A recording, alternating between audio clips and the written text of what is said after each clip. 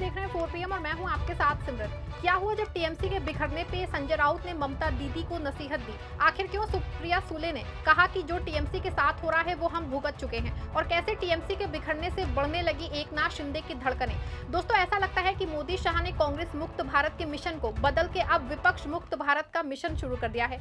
जो फॉर्मूला मोदी शाह ने महाराष्ट्र के क्षेत्रीय दलों को तोड़ के लागू किया था, वही पश्चिम बंगाल में टीएमसी को तोड़ के किया जा रहा है, लेकिन उसका असर अब महाराष्ट्र तक देखने को मिल रहा है। एक तरफ जहां संजय राउत ममता बनर्जी को कांग्रेस के साथ आने का सुझाव दे रहे हैं, तो वहीं सुप्रिया सुले ने टीएमसी को खुला समर्थन दे दिया है। इसी बीच टीएमसी के बिखरने से महाराष्ट्र के डिप्टी सीएम एकनाथ शिंदे का अपने कद घटने का डर सताने लगा है। तो कैसे पश्चिम बंगाल की बदलती राजनीति से महाराष्ट्र में बड़ा असर देखने को मिल रहा है, सब कुछ बताएंगे आपको अपनी इस रिपोर्ट में। दोस्तों, पश्चिम बंगाल की राजनीति में इन दिनों तृणमूल कांग्रेस को लेकर के उठ रही हलचल का असर अब दूसरे राज्यों की राजनीति पे दिखाई देना शुरू हो चुका है। टीएमसी और कांग्रेस के संभावित विलय को लेकर चल रही चर्चाओं के बीच में शिवसेना यूबीटी के राज्यसभा सांसद संजय राउत का बड़ा बयान जो है वो सामने आया है। संजय राउत ने कहा कि आज देश के सभी विपक्षी दलों को अपने अपने राज्यों में लड़ाई लड़ने के लिए कांग्रेस पार्टी की जरूरत है।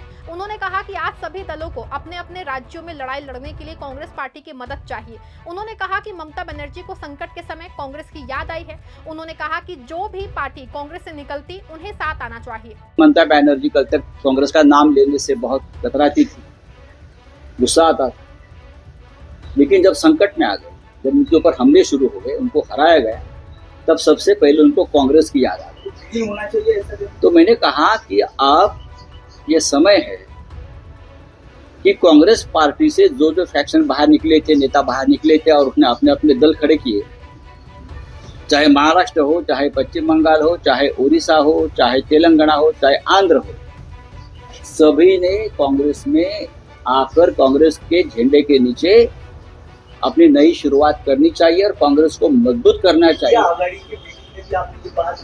ये बात चली है, बात चलती रही। अब देखिए, संजय राउत के इस बयान के बाद राजनीतिक गलियारों में नई चर्चा शुरू हो गई है। खास तौर पे महाराष्ट्र और पश्चिम बंगाल की राजनीति में इस बयान को काफी अहम माना जा रहा है। संजय राउत के सुझाव पे राष्ट्रवादी कांग्रेस पार्टी यानी कि एनसीपी शरद पवार गुट की वरिष्ठ नेता और सांसद सुप्रिया सुले की प्रतिक्रिया सामने आई है। सुप्रिया सुले ने कहा कि एक मजबूत लोकतंत्र में हर व्यक्ति को अपनी राय रखने का अधिकार है। उन्होंने ये भी कहा कि संजय राउत उनके लिए बड़े भाई की तरह है और उन्होंने एक अच्छा सुझाव दिया है। हालांकि उन्होंने ये भी कहा कि आगे क्या होगा और किस तरह होगा, इसका फैसला समय ही करेगा। सुप्रिया सुले ने दोस्तों इस दौरान भारतीय जनता पार्टी पे गंभीर आरोप लगाए। उन्होंने कहा कि बीजेपी की आदत विपक्षी दलों को तोड़ने की रही है और ये लोकतंत्र के लिए अच्छा संकेत नहीं है। उन्होंने कहा कि राजनीतिक दलों को तोड़ने की संस्कृति लोकतांत्रिक व्यवस्था को कमजोर करती है और इससे राजनीतिक अस्थिरता पैदा होती है। सुले ने कहा कि उनकी पार्टी खुद इस दर्द को झेल चुकी है।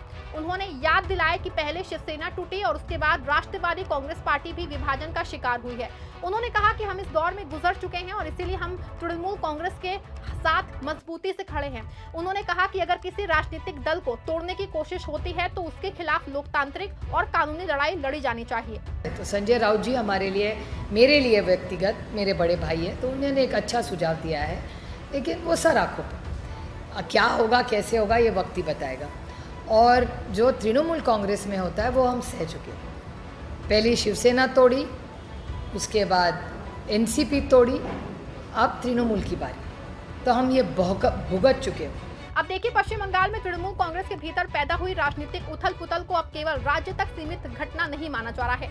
माना ये जा रहा है कि इसका असर जो है राष्ट्रीय राजनीति और खास के महाराष्ट्र की राजनीति पे पड़ सकता है। राजनीतिक विश्लेषकों का मानना है कि टीएमसी में हो रही टूट फूट का सबसे बड़ा अप्रत्यक्ष असर महाराष्ट्र के उप मुख्यमंत्री एकनाथ शिंदे पे देखने को मिल सकता है। दरअसल वर्तमान समय में महाराष्ट्र के भीतर भारतीय जनता पार्टी पूरी तरह से शिंदे गुट पे निर्भर नहीं है। राज्य में बीजेपी को सुनेत्रा पवार के नेतृत्व वाली एनसीपी के 41 विधायकों का भी समर्थन प्राप्त है। इसी कारण राज्य की राजनीति में बीजेपी के पास विकल्प मौजूद है और वो केवल शिंदे गुट के सहारे नहीं खड़ी है। ऐसे में स्थिति में एकनाथ शिंदे की सबसे बड़ी राजनीतिक ताकत केंद्र की राजनीति में जो है वो मानी जा रही है। केंद्र में उनकी पार्टी के सांसद एनडीए सरकार के लिए महत्वपूर्ण माने जा रहे हैं। लेकिन अब ये चर्चा शुरू हो गई है कि अगर टीएमसी में टूट के कारण बीजेपी की संसद में अतिरिक्त समर्थन मिल जाता है तो केंद्र में शिंदे गुट के सांसदों की अहमियत पहले जैसी नहीं रह जाएगी। राजनीतिक जानकारों का मानना है कि अगर अगर संसद में बीजेपी और मजबूत स्थिति में पहुंचती है तो उसे अपने सहयोगी दलों पे पहले जितनी निर्भरता नहीं रहेगी। ऐसी स्थिति में सहयोगी दलों की मोलभाव करने की क्षमता भी कम हो सकती है। यही कारण है कि टीएमसी में चल रही राजनीतिक हलचल को महाराष्ट्र के सत्ता समीकरणों से जोड़ के देखा जा रहा है। 2024 के लोकसभा चुनाव के बाद जब बीजेपी 240 सीटों तक सिमट गई थी, तब एनडीए के सहयोगी दलों का महत्व काफी बढ़ गया था। उस समय गठबंधन के हर सांसद की भूमिका महत्वपूर्ण हो गई थी। शिवसेना के शिंदे गुट के 7 सांसदों ने केंद्र सरकार के कई महत्वपूर्ण विधेयकों और प्रस्तावों का समर्थन किया था। वक्फ संशोधन विधेयक हो या फिर वन नेशन वन इलेक्शन जैसा बड़ा प्रस्ताव, शिंदे गुट के सांसदों ने सरकार के साथ मजबूती से खड़े होकर समर्थन दिया और यही वजह थी कि एकनाथ शिंदे का कद एनडीए के प्रमुख सहयोगी नेताओं में गिना जाने लगा था। संसद में उनकी उपयोगिता के कारण उन्हें राष्ट्रीय स्तर पर अतिरिक्त राजनीतिक महत्व भी मिला, लेकिन अब राजनीतिक परिस्थितियां बदलती दिखाई दे रही हैं। अगर टीएमसी की स्थिति कमजोर होती है तो उससे बीजेपी को संसदीय स्तर पे लाभ मिलता है, तो उसका सीधा असर सहयोगी दलों की राजनीति ताकत पे पड़ सकता है। इसीलिए संभावना को लेकर के चर्चा जो है वो तेज हो गई है। महाराष्ट्र की राजनीति में भी एकनाथ शिंदे और देवेंद्र फडणवीस के संबंधों को लेकर समय समय सवाल जो है वो उठते ही रहे हैं। 2022 में अविभाजित शिवसेना में हुई बगावत के बाद बीजेपी ने एकनाथ शिंदे को मुख्यमंत्री बनाया था। हालांकि सत्ता में साझेदारी के बावजूद दोनों नेताओं के बीच में कई मुद्दों पे मतभेद की खबरें लगातार सामने आती रही हैं। 2024 के विधानसभा चुनावों के बाद ये असमानता और अधिक दिखाई देने लगी। महायुति गठबंधन के भीतर कई मुद्दों पर टकराव की स्थिति बनी रही।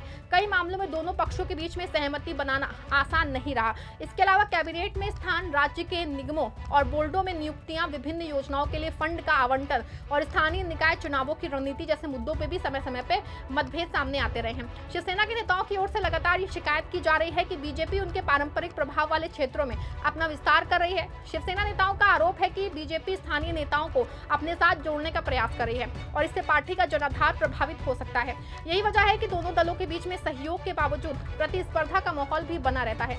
विधान परिषद चुनावों के दौरान भी दोनों दलों के बीच में सीटों को लेकर खींचतान देखने को मिली थी। बताया गया कि एकनाथ शिंदे ने अपनी संख्या बल से अधिक सीटों की मांग की थी। इस विवाद को सुलझाने के लिए बीजेपी के केंद्रीय नेतृत्व को हस्तक्षेप करना पड़ा था।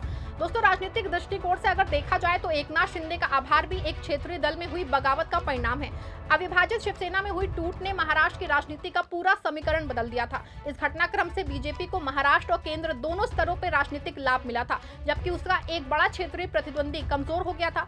अब माना जा रहा है कि पश्चिम बंगाल में अगर टीएमसी के भीतर इसी प्रकार की स्थिति बनती है तो उनका असर अलग रूप से सामने आ सकता है। जिस राजनीतिक मॉडल ने कभी शिंदे को मजबूत बनाया था, वही मॉडल अब उनकी राजनीतिक ताकत को सीमित करने वाला जो है कारक बन सकता है। ये पूरा घटनाक्रम केवल जो है तृणमूल कांग्रेस की आंतरिक राजनीति तक सीमित नहीं है, बल्कि उसके असर की गूंज अब राष्ट्रीय राजनीति में भी सुनाई देने लगी है। संजय राउत और सुप्रिया सुले के बयानों ने साफ कर दिया है कि विपक्षी दल अब क्षेत्रीय पार्टियों के टूटने को लोकतंत्र के लिए गंभीर खतरे के रूप में देख रहे हैं। दूसरी ओर अगर टीएमसी में राजनीतिक संकट और गहराता है और उसका लाभ बीजेपी को संसद में मिलता है तो उसका असर जो है केवल पश्चिम बंगाल तक नहीं रहेगा, बल्कि महाराष्ट्र सहित कई राज्यों के सत्ता समीकरण भी बदल सकता है। खास के एकनाथ शिंदे जैसे सहयोगी नेताओं की राजनीतिक उपयोगिता और मोलभाव की क्षमता पे इसका सीधा प्रभाव पड़ सकता है। ऐसे में सवाल है कि क्या टीएमसी अपने संकट में उभर पाएगी या फिर एक और क्षेत्रीय दल भारतीय राजनीति में टूट करके वो शिकार हो जाएगा। इस पूरे मामले पे आप क्या सोचते हैं, आपकी क्या राय है, कमेंट में जरूर बताइएगा। वीडियो को लाइक और शेयर करिएगा।